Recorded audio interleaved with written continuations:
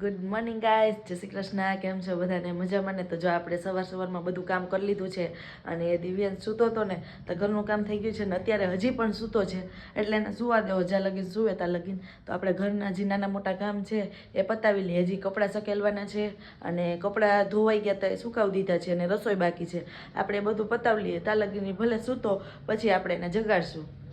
આગળ વ્લોગમાં બને. તો જો આપણે રસોડામાં આવી ગયા છીએ ને આપણે શાકમાં આપણે વિચાર્યું છે કે આપણે કાલે પનીર બનાવ્યું હતું ને અને વટાણા પડ્યા છે તો પનીર વટાણાનું શાક કરવાનું છે. હમણાં રોટલીનો લોટ બાંધી નાખું. અત્યારે જો ગ્રેવી કરવાની છે, ગ્રેવી થઈ જાય પછી આપણે શાક બનાવીએ. આપણે રસોડામાં હતા ને દિવ્યાંશનો રોવાનો અવાજ આવ્યો છે. લગભગ તો દિવ્યાંશ ઉઠી જ ગયો. જો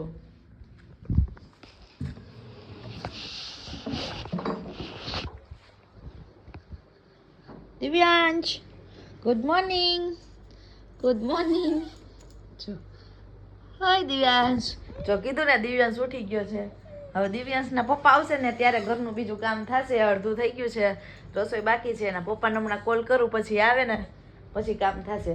શું માં દીકું જો દિવ્યાંશ તો અત્યારે એના મૂડમાં છે. જે કપડાં મંગાવ્યા હતા ને કપડાં આવી ગયા છે અને હું તમને હમણાં ખોલીને બતાવું. દિવ્યાંશ અત્યારે જો ખોખું ખાવામાં વ્યસ્ત છે. એનો તો જીવોય ખાવું જોઈએ. જો આ છે પાર્સલ. આ દિવ્યાંશ માટે છે ને કપડાં મંગાવેલા હતા. હમણાં હું ખોલીને તમને બતાવું છું કેવા કપડાં આવ્યા, ફિટિંગ કેવું છે.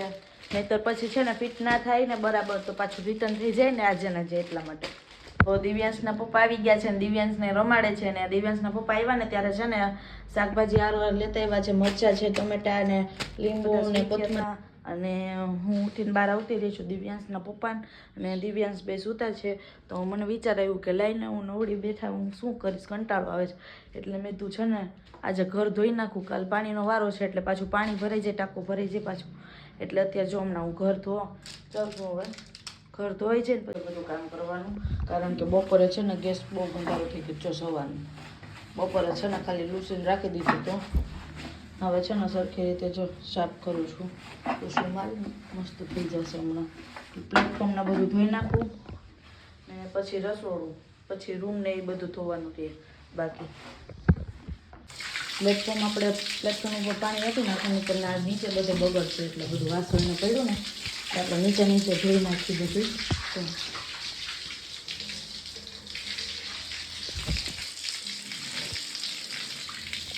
જો આપણે હવે લિક્વિડનો શીશો લઈ લીધો છે અને સાવણ બધું લઈ લીધું છે. આપણે થોડું છે ને લિક્વિડ નાખશું બધી બાજુ. કારણ કે ઘડીક થાય તો કાંઈ સરખું ધોવાય નહીં, પોતું થતું હોય. સરખી રીતે છે ને એકદમ ઘસતું.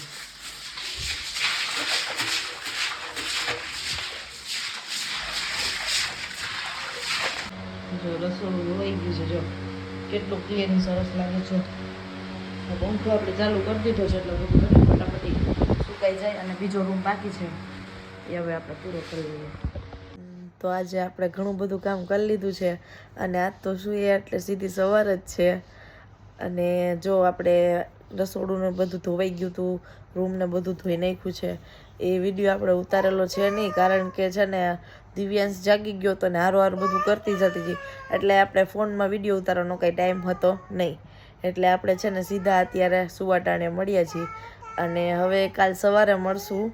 અત્યારે હું બ્લોગનો એન્ડ કરું છું. બાય બાય, જય શ્રી કૃષ્ણ. તમને મારો બ્લોગ કેવો લાગ્યો તે કોમેન્ટ કરીને જણાવજો અને મારી ચેનલ સબસ્ક્રાઈબ કરજો અને આવી જ રીતે મને છે ને સપોર્ટ કરતા રહેજો.